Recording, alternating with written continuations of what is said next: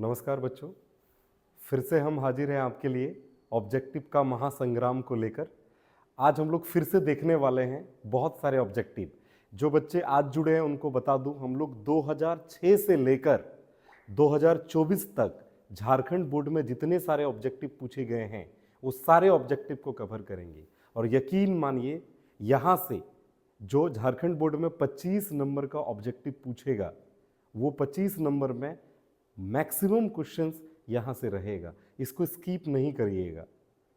इससे पहले 2 एपिसोड हम लोग डाल चुके हैं जिसमें से हम लोग 2013 तक के प्रीवियस ईयर के क्वेश्चंस करा चुके हैं। आज हम लोग आपके सामने लेकर आए हैं 2014 के क्वेश्चंस। तकरीबन आज हम लोग 30 ऑब्जेक्टिव हम लोग देखने वाले हैं। तो स्टार्ट करते हैं। पहला ऑब्जेक्टिव, पहला क्या कह रहा है? पहला ऑब्जेक्टिव क्या कह रहा है? निर्वात की विद्युतशीलता एप्सिलॉन नोट का मात्रक पूछा है। The unit for permittivity of free space. आप जानते हैं ये परमिटिविटी कहां से आता है, तो हम आपको बताए थे। दोबारा हम एक बार फिर से आपको बता रहे हैं। मान लेते हैं दो चार्ज माने आवेश, एक Q1 है, Q2 है। दो आवेश का काम क्या होता है? या तो आकर्षण या तो प्रतिकर्षण, या तो अट्रैक्शन या तो रिपल्सन। तो दो चार्ज आपस में अट्रैक्ट करेगा या रिपेल करेगा, आकर्षण करेगा या प्रतिकर्षण करेगा, तो क्या बल लगेगा? नहीं लगेगा।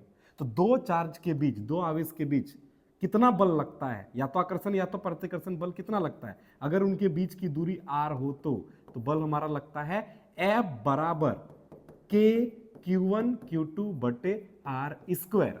जहां K क्या है? K का मान होता है, K का वैल्यू होता है 1/4 pi epsilon not Q1 Q2 by R square. यहां जो एप्सिलॉन नॉट है, इसी एप्सिलॉन नॉट को हम लोग बोलते हैं क्या? निर्वात की विद्युतशीलता। इंग्लिश में इसको बोलते हैं परमिटिविटी ऑफ फ्री स्पेस। तो इसका यूनिट कैसे निकालेंगे? एप्सिलॉन नॉट को इधर भेज देते हैं, तो एप्सिलॉन नॉट इधर आ गया, एफ के साथ क्या हो जाएगा? मल्टीप्लाई में। इधर क्या बचा? 1/4 पाई Q1 Q2 बटे R स्क्वायर। यहां से एफ का मान एप्सिलॉन नॉट का फॉर्मूला निकालेंगे तो क्या हो जाएगा?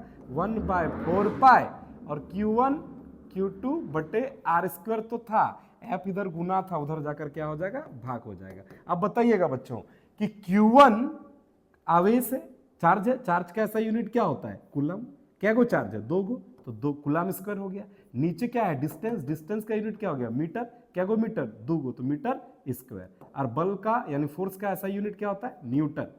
अब अगर ऊपर लेके जाएंगे तो क्या हो जाएगा? कूलम स्क्वायर और पर न्यूटन, और मीटर को लेके जाएंगे तो एम्पर पावर प्लस का 2 है, ऊपर जाएगा तो माइनस का 2।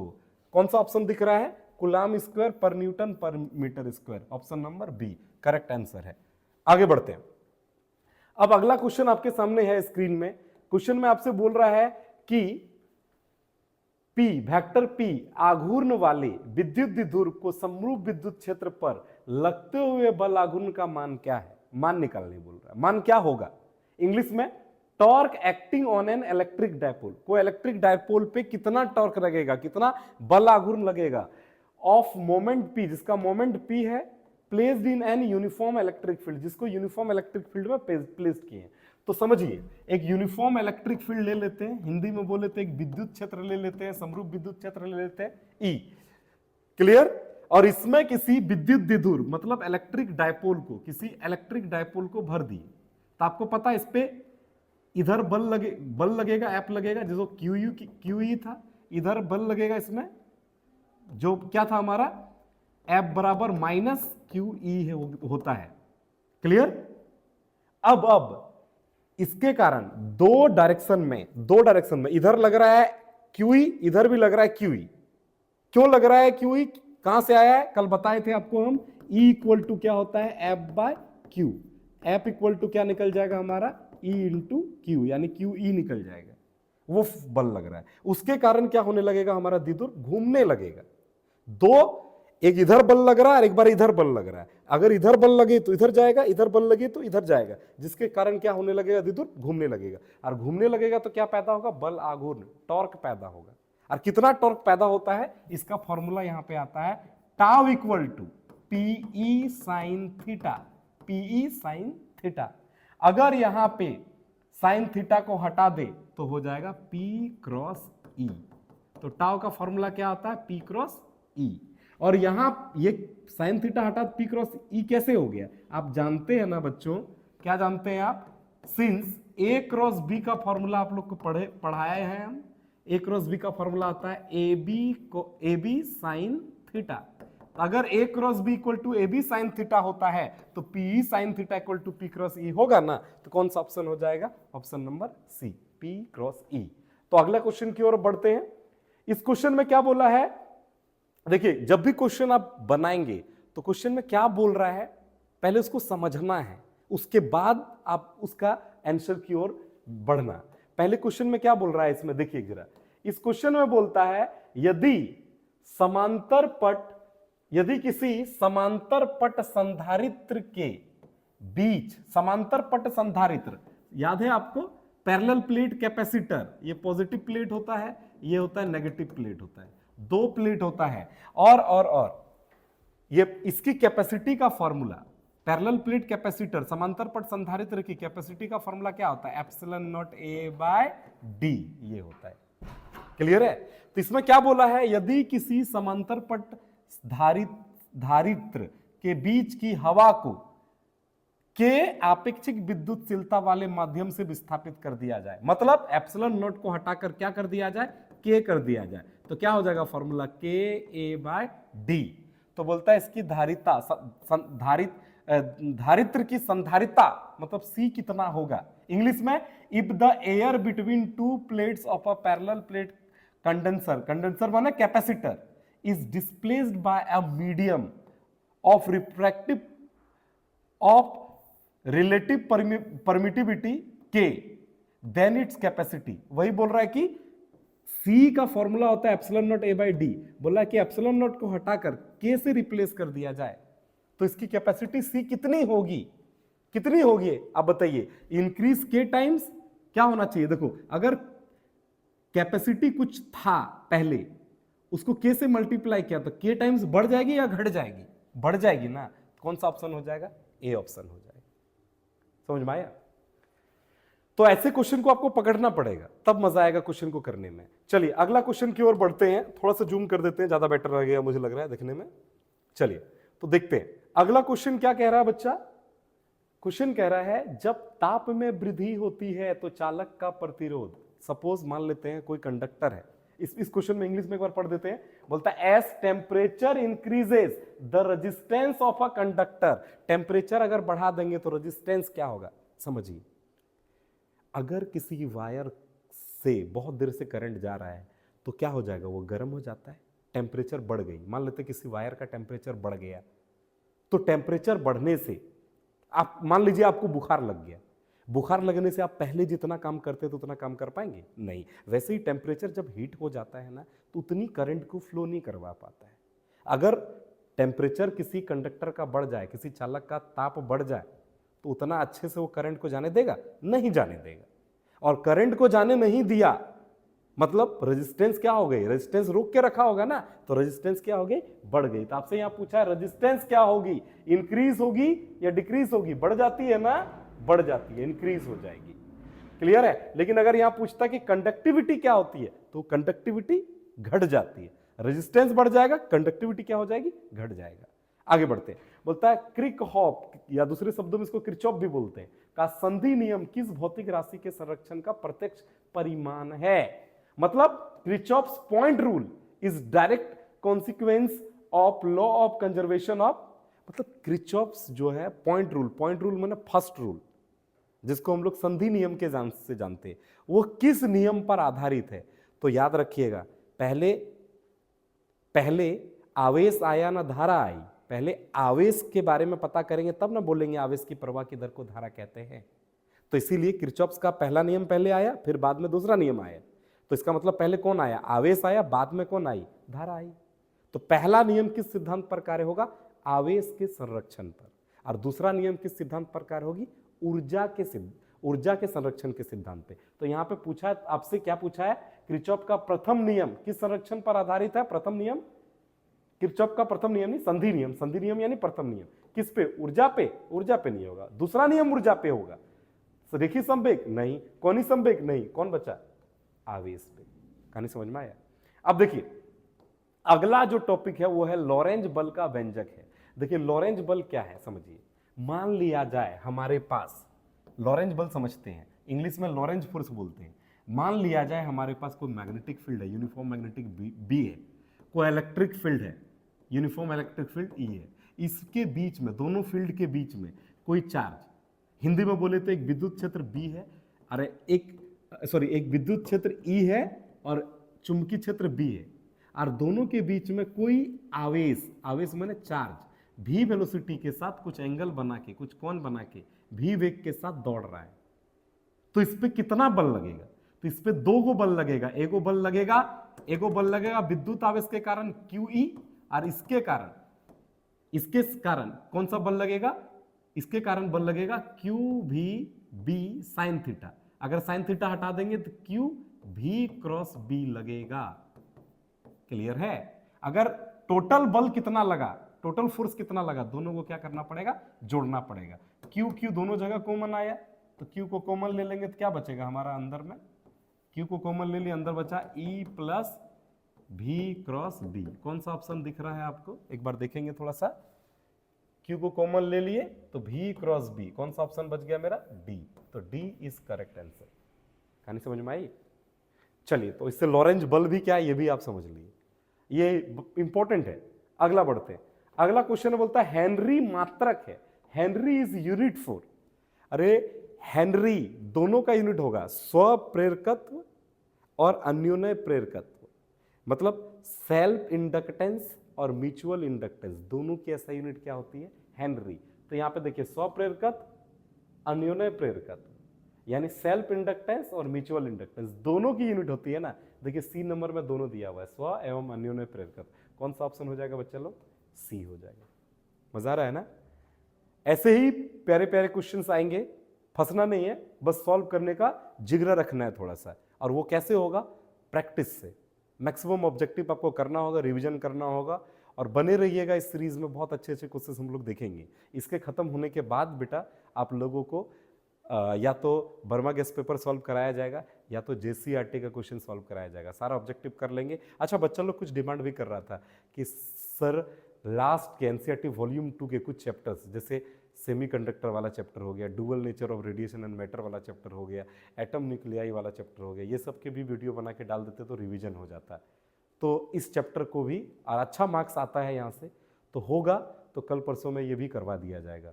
अभी फिलहाल इसको देखते हैं हम लोग थोड़ा सा और आगे। बोलता है निम्न में से किस विद्युत चुंबकीय तरंग का तरंगदैर्घ्य सबसे बड़ा होता है? Which of the following electromagnetic waves has longest wavelength? किसका वेवलेंथ ज्यादा होता है, किसका तरंगदैर्घ्य ज्यादा होता है? तो याद रखिएगा बेटा, एक टेबल हम आपको याद रखना सिखाए थे, अगर भूल गए हैं तो ये टेबल हम आपको थोड़ा सा याद दिलाने की कोशिश करेंगे। चलिए, टेबल क्या था, टेबल में हम लोग समझते हैं थोड़ा सा। देखिए यहां पे देखते हैं, आपको 7 गो विद्युत चुंबकीय तरंगे होती है। कितने गो? 7 गो। कौन कौन सा बताते हैं आपको हम एक लाइन से। 1 2 3 4 5 6 7। इसको याद रखने का तरीका क्या है बच्चा? आपको पिछले मेरा पार्ट 1 में हम इसको समझाए थे। इसको याद रखने का तरीका है कि गाड़ी XUV गाड़ी होती है ना, XUV गाड़ी, XUV, जस्ट अ मिनट, ये डिस्टर्ब हो रहा है।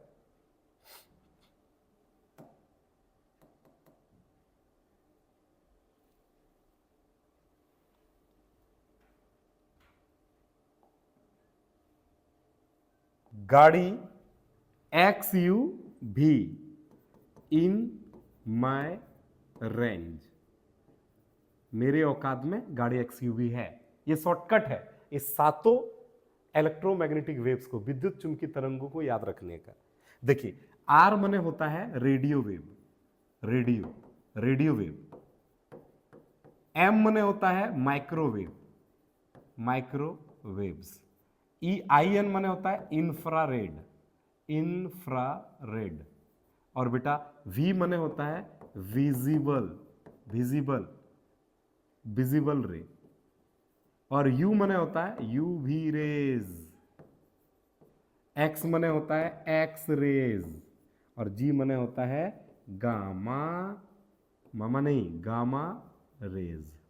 आपको पता है बच्चा लोग, दोबारा एक बार बता रहे हैं हम, अगर ऊपर से नीचे आइएगा तो क्या बढ़ती है? आवृत्ति बढ़ती है। क्या बढ़ती है? आवृत्ति, इंग्लिश में फ्रीक्वेंसी। और बेटा नीचे से ऊपर जाइएगा ना तो तरंग दैर्घ्य बढ़ती है। तरंग दैर्घ्य बढ़ती है, इंग्लिश में क्या बोलेंगे इसको? Wave length. वेव लेंथ बढ़ती है। तो इस बेसिस पे क्या किसकी वेवलेंथ सबसे ज्यादा? रेडियो की। सबसे कम वेवलेंथ गामा की। कहानी समझ में आया? और बेटा आवृत्ति सबसे कम किसका? रेडियो का। और वेवलेंथ किसका? आवृत्ति किसका ज्यादा? गामा का।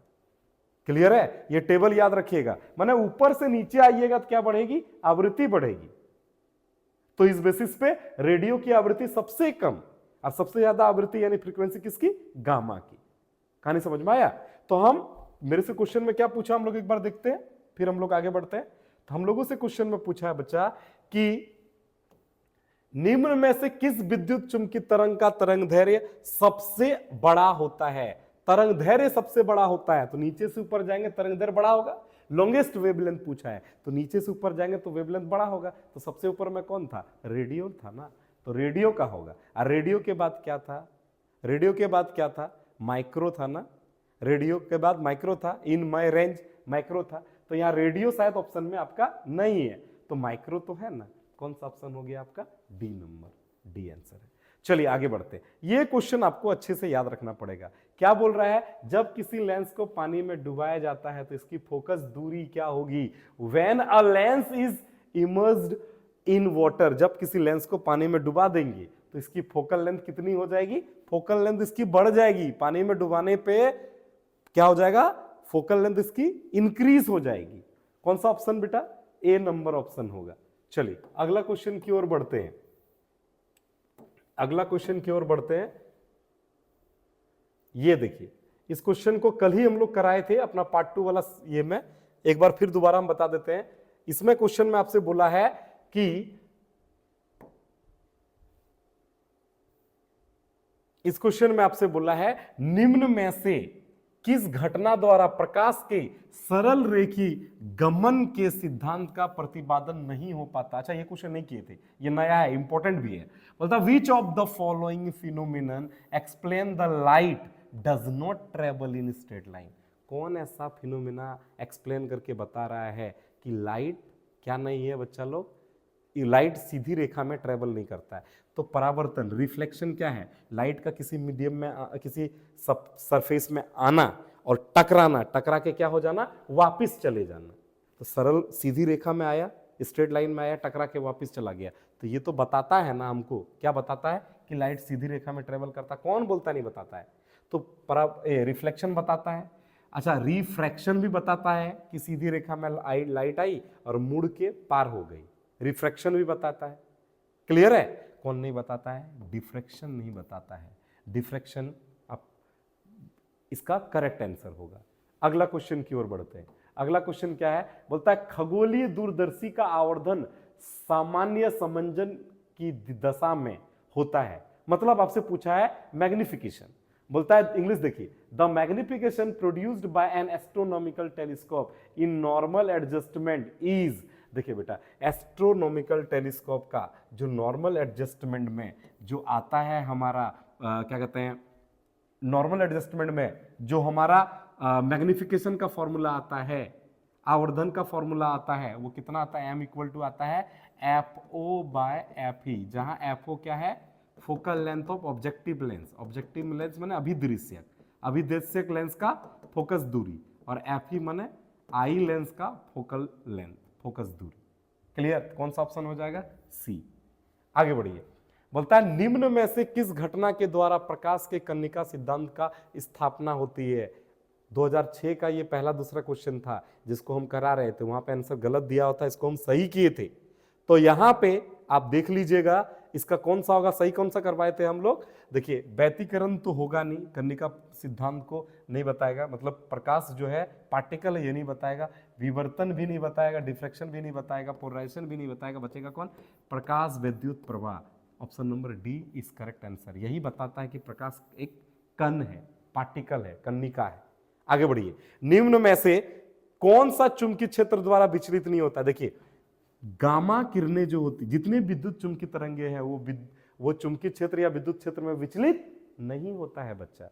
जितना गो विद्युत चुंबकीय तरंगे है, 7 गो विद्युत चुंबकीय तरंगे है ना, अभी बना के दिखाया ना टेबल, तो बच्चा लोग 7 विद्युत चुंबकीय तरंगे विद्युत क्षेत्र या चुंबकीय क्षेत्र द्वारा विचलित नहीं होगा। उसके बाद जो होगा वो हो सकता है। तो देखिए उसके बाद कौन है? गामा किरणें विचलित होगी? नहीं होगी। यहां बोलता है विचलित किया जा सकता है। किसको विचलित किया जा सकता है? अल्फा रेज और बीटा रेज को विचलित किया जा सकता है।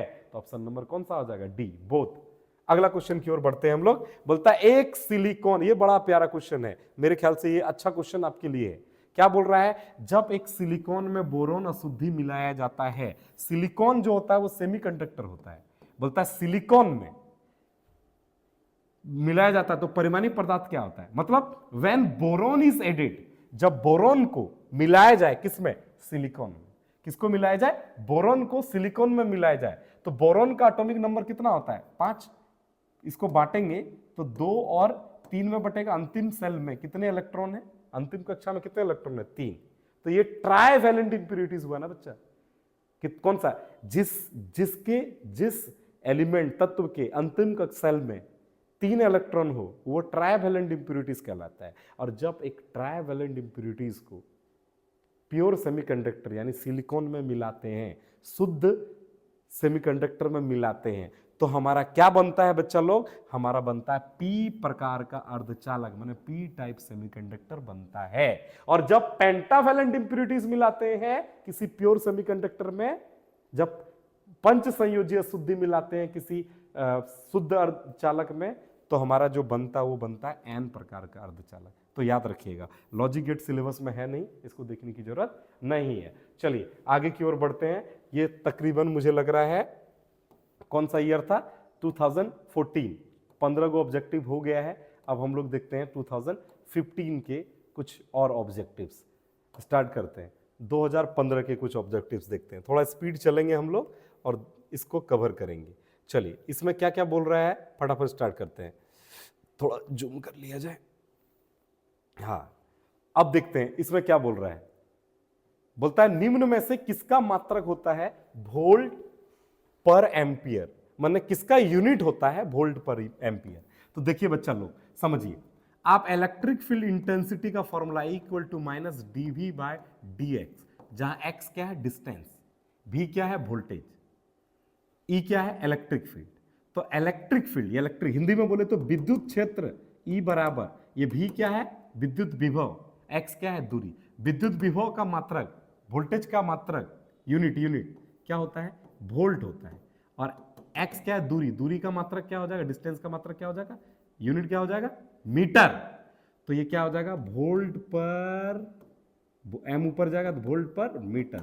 किसका यूनिट आया? E का। E माना विद्युत क्षेत्र यानी इलेक्ट्रिक फील्ड, इंटेंसिटी या इलेक्ट्रिक फील्ड बोल सकते हैं। Option number C correct answer होगा। अब तो ये तो जस्ट आपको अभी जस्ट बताए हैं, बोला कि विद्युत क्षेत्र E और विद्युत विभव V के बीच संबंध निकालने बोल रहा है। इंग्लिश में इलेक्ट्रिक पोटेंशियल E और इलेक्ट्रिक फील्ड E और इलेक्ट्रिक पोटेंशियल V के बीच रिलेशन चाहिए। E इक्वल टू क्या बताया? Minus dV by dr। यही है क्या option? Option number B is correct answer. आगे चलिए, अगला क्वेश्चन बोल रहा है अगला क्वेश्चन देखिए एक बार, बोलता है यदि किसी समांतर पट्टिका संधारित्र की 2 पट्टिकाओं के बीच की दूरी को दोगुनी कर दिया जाए, इंग्लिश में इफ द डिस्टेंस बिटवीन, इन ई है या डिस्टेंस होगा, distance between 2 plates of a parallel plate capacitor is double. देखिए बेटा, पैरेलल प्लेट कैपेसिटर का कैपेसिटी का फॉर्मूला C इक्वल टू, बार बार ये फॉर्मूला आ रहा है एग्जाम में, इंपॉर्टेंट है ये, epsilon not A by D। यही होता है ना बच्चा लोग। आपको बोला है क्या कर दिया जाए? दोनों प्लेट के, अच्छा 2 प्लेट के बीच का डिस्टेंस हमारा D था और ये धारिता का फॉर्मूला, C का फॉर्मूला ये आता है। क्लियर है? अब तुमसे बोला है कि दोनों के बीच की दूरी को क्या कर दिया जाए? दोगुनी कर दी जाए, माने डबल कर दिया जाए। तो डबल कर देंगे तो नया फॉर्मूला C इक्वल टू क्या मिला?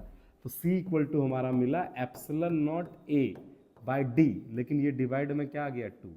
तो कैपेसिटी क्या हो गई? दोगुनी घट गई ना भाई, डिवाइड हो गया 2 से तो क्या हो जाएगा? दोगुनी घट जाएगी, मतलब decreases by 2 times. Option number B is correct answer. आगे की ओर बढ़ते हैं बच्चा लोग, आगे की ओर बढ़ते हैं। याद रख। देखिए अगला क्वेश्चन है, यदि किसी चालक का ताप बढ़ाया जाए, फिर से वही क्वेश्चन आ गया, कंडक्टर का टेम्परेचर, किसी कंडक्टर का टेम्परेचर इंक्रीज कर दिया गया, तो बोलता है इसकी चालकता, इसकी कंडक्टिविटी क्या होगी।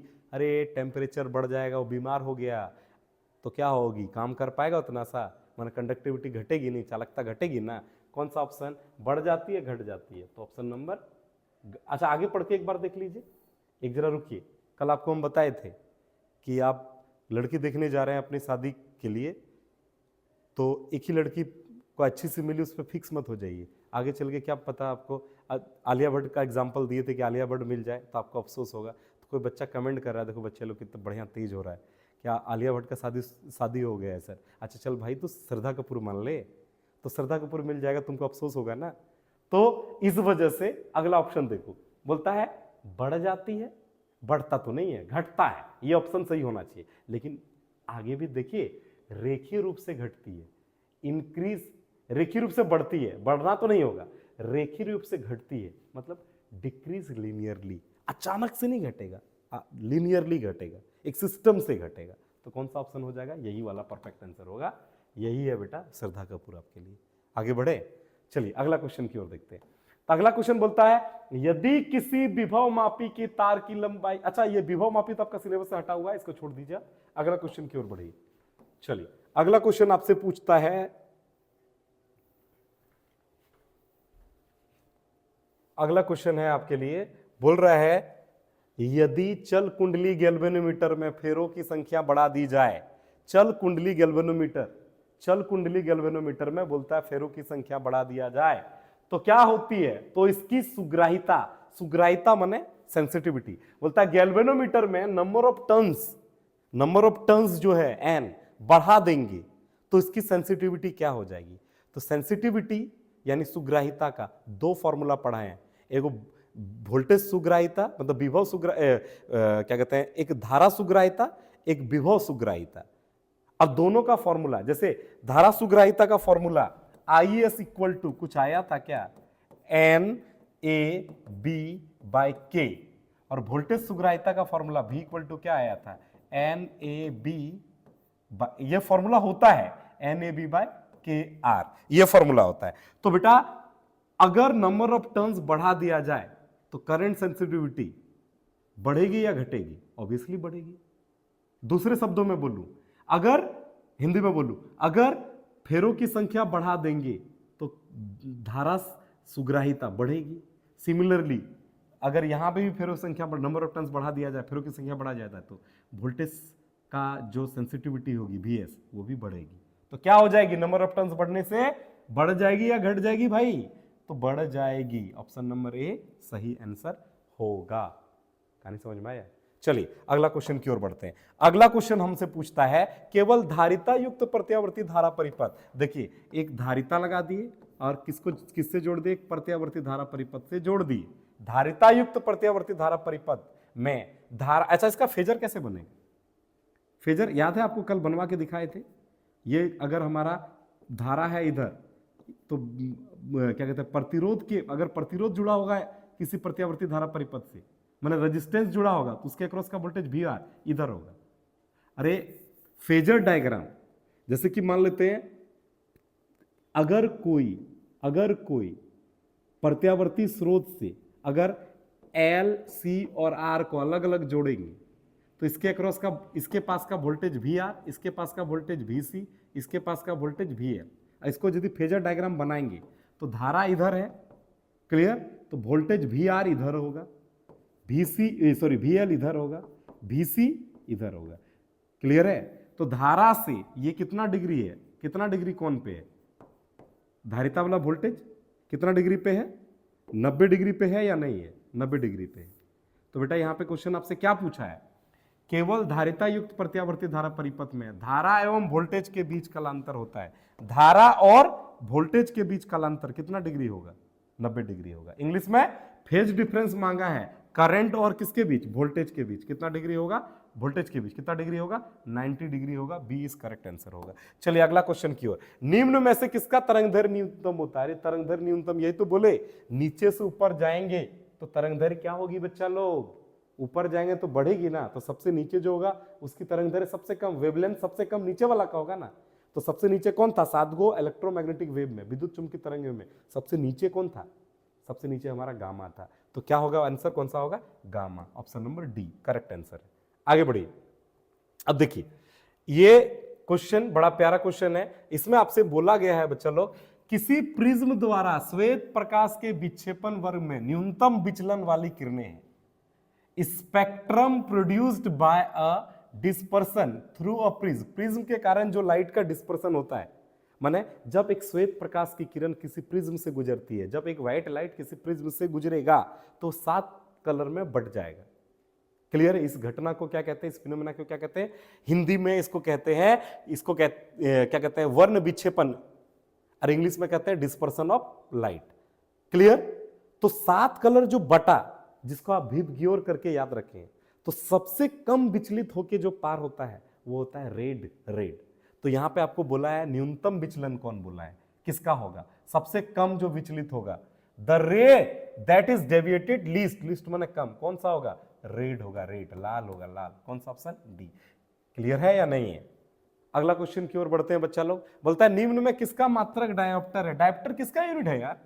लेंस की क्षमता का, यानी लेंस, पावर ऑफ लेंस का ना। आगे बढ़िए। बोलता है एक समतल तरंगाग्र निम्न में से किसका भाग है? A plane wave front is a part of wave front. एक स्फेरिकल सोर्स होगा, गोला सोर्स होगा, छोटा सा पॉइंट सोर्स होगा गोले की तरह, तो उसी से जो इन्फिनिटी से वेव फ्रंट आएगा, अनंत से जो वेव फ्रंट आएगा, वही ना समतल बनाएगा। तो कौन सा ऑप्शन हो जाएगा? Option number spherical wave front माने गोलीय तरंगाग्र। कौन सा? Option number A. अगला क्वेश्चन देखिए, बोलता 1 इलेक्ट्रॉन वोल्ट समतुल्य। इसको ऐसे याद रखिए, ई मने होता है मूल आवेश। चैप्टर 1 में है मूल आवेश, जिसका मान कितना होता है? 1.6 गुना 1.6 1.6 इंटू 10⁻⁻19 कूलम। दूसरे शब्दों में इसको बोलूं, इंग्लिश में बोलूं तो बेसिक क्वांटम ऑफ चार्ज, ई से डिनोट करते हैं। तो इसकी वैल्यू इतनी होती है। तो अगर ई का वैल्यू इतनी होती है, साथ में 1 मल्टीप्लाई कर दीजिए, मल्टीप्लाई करने के बाद इतना ही आएगा। क्या बचा बेटा? भी बचा। तो इतना क्या हो जाएगा? वोल्ट। इतना वोल्ट। कौन सा option? Option number A, 1.6 into 10⁻19 volt. मजा आया? तो बढ़ते हैं अगला क्वेश्चन की ओर। चलिए अगला क्वेश्चन की ओर बढ़ते हैं। अगला 2 क्वेश्चन इसमें शायद रह गया है, वो देख लेते हैं। हाँ, अगला 2 क्वेश्चन देखिए, इसको याद रखना पड़ेगा, इसमें समझने वाला कुछ है नहीं। क्या एक एटॉमिक मास यूनिट, एक एटॉमिक मास यूनिट में, एक एएमयू में किसके समतुल्य होगा? एक एएमयू किसके इक्विवेलेंट होगा? तो ये एक एएमयू किसके इक्वल होता है बेटा? 1.6 इंटू 10⁻⁻27 केजी होता है। Kilogram, kilogram, KG. ये ऑप्शन नंबर बी होगा करेक्ट आंसर, बी। क्लियर है? अगला, ये तो गेट वाला क्वेश्चन तो हटा ही दीजिए आप, गेट जरूरत नहीं है, गेट वाला लॉजिक गेट का सिलेबस से हट गया है, उसको देखने की जरूरत नहीं है। अगला क्वेश्चन, किसी अर्धचालक में विद्युत चालकता का कारण है? देखिए बेटा, अर्धचालक सेमीकंडक्टर में जब एक पी टाइप के मतलब जब आप एक पी टाइप अर्धचालक में सभी पाया जाता है, सॉरी, अर्धचालक में क्या पाया जाता है? सेमीकंडक्टर में इलेक्ट्रॉन भी पाया जाएगा और होल्स जिसको आप पॉजिटिव चार्ज कहते हैं, दोनों पाया जाएगा। उसके कारण उसमें क्या होती है बेटा? कंडक्टिविटी होती है। यहाँ क्या बोला? किसी अर्धचालक में विद्युत चालकता का कारण क्या है? In a semiconductor electric conductivity is due to. Electric conductivity किसके कारण होगा? तो सेमीकंडक्टर में सिर्फ इलेक्ट्रॉन के कारण कंडक्टिविटी नहीं होगी, उसमें होल भी पाया जाता है, छिद्र भी पाया जाता है, उसके कारण भी कंडक्टिविटी होगी। कौन सा? इलेक्ट्रॉन तथा होल्स को इंग्लिश हिंदी में यहाँ पे बोल दिया गया है वीवर, दोनों के कारण होगा। क्लियर है? तो आज हम लोग तकरीबन 15 30 ऑब्जेक्टिव को कवर किए हैं। उम्मीद करते हैं आपको ये सेशन अच्छा लगा होगा। तो बेटा आप लोग सभी बच्चे इसी ऐसे ऑब्जेक्टिव के साथ आप लोग बने रहिएगा, सारा ऑब्जेक्टिव करवाएंगे। हम टारगेट लेके चले हैं मिशन 500 प्लस, देखते हैं कितना हो पाता है। उम्मीद और यकीन है कि आप लोग अच्छे से पढ़ रहे होंगे और अपना रिजल्ट अच्छा करेंगे। और याद रखिएगा बच्चा कि ये सब वीडियो जो भी आ रहा है, जहां आपको यूज़फुल लगा कि कोई कॉन्सेप्ट आपके दिमाग से हट जाएगा, तो उसको साथ के साथ वीडियो पॉज करके क्या कहते हैं उसको लिख लीजिएगा। और दूसरा सबसे इम्पोर्टेंट बात कि एग्ज़ाम बहुत नज़दीक है आपका, फालतू टाइम वेस्ट कहीं नहीं करिएगा बच्चा लोग, बहुत मेहनत करना है। और बेटा अभी जो मेहनत होगी ना, ये मेहनत फुल कंसंट्रेशन के साथ आप करोगे। पहले क्या होता है कि जब क्लास में आप पढ़ते हैं ना, तो क्या होता है कि आप उतना मन लगा के नहीं पढ़ पाते हो, पढ़ते पढ़ते दिमाग में आपका कुछ से कुछ आने लगता है। लेकिन अभी जब यहाँ पे आप पढ़ोगे ना, फुल कंसंट्रेशन के साथ पढ़ोगे। क्यों? क्योंकि एग्जाम सर पे है, दिमाग डाइवर्ट होने का सवाल ही नहीं पैदा होता है। तो इस समय एकदम मैक्सिमम यूटिलाइज करिए, जान झोंक दीजिए। कुछ ही दिन की बात है बच्चा, ये आपका मेहनत जरूर रंग लाएगा और आपको चमका देगा आपका रिजल्ट। इसीलिए एकदम बने रहिए, डट के लगिए। ठंडा, जाड़ा, गर्मी, बरसात, अभी तो फिलहाल ठंड बहुत ज़्यादा है, बहुत बच्चे को कंबल से भी निकलने में प्रॉब्लम हो रही है। बेटा जो आपका पढ़ाई को अभी रोक रहा है ना, उस चीज़ को अवॉइड करिए। अगर बैठ के पढ़ पाते हैं तो बैठ के पढ़िए, कंबल ओढ़ लीजिए और बैठ के पढ़िए। लेकिन अगर बेड में पढ़ रहे हैं और पढ़ते पढ़ते अगर आप सो जा रहे हैं, तो फिर पढ़ाई आपका डिस्टर्ब हो रहा है ना। तो आप अब समझदार हैं, बच्चे नहीं हैं आप, कैसे पढ़ना है क्या करना है वो आप देखिए। और बेटा रिजल्ट अच्छा करिए, आपके माँ बाप भी प्राउड महसूस करेंगे और मैं भी प्राउड महसूस करूँगा। अगर कोई भी दिक्कत होगी तो आप हमें मैसेज कर सकते हैं, कमेंट पे भी बता सकते हैं। क्लियर है? हम कमेंट देख के आप लोगों को ज़रूर रिप्लाई करेंगे। Thank you. आज के लिए इतना ही रखते हैं।